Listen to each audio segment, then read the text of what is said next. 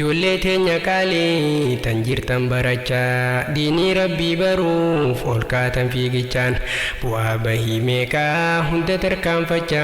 rakkoo meeqaa hunda hudhoyfachaa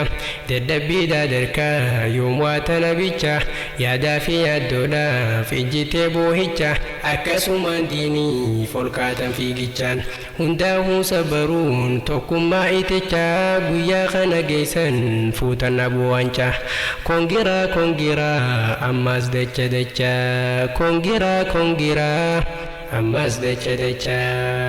barnoota harkattanii deemtan karaa haqaa congratulation hundinuu sasseeqaa eebbifamtoota qur'aanaa jechuudhaanii waamamtanii maqaa argattan barcarraa hin jirre maallaqaan sadarkaa namaa ol kaasa kan dur xiqqaa kan qur'aana qabu jiraataa barraaqii jiruutan haqiiqaa namni sin laallatee barnootaaf dammaqaa nu sababa isaatiin dabarre waa meeqaa nu sababa isaatiin dabarre waa meeqaa.